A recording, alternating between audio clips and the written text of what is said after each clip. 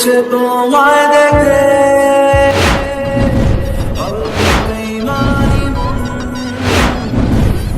বাঁধব তোমার সাথে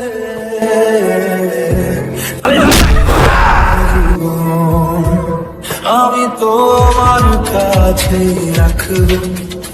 আজ মনের কথা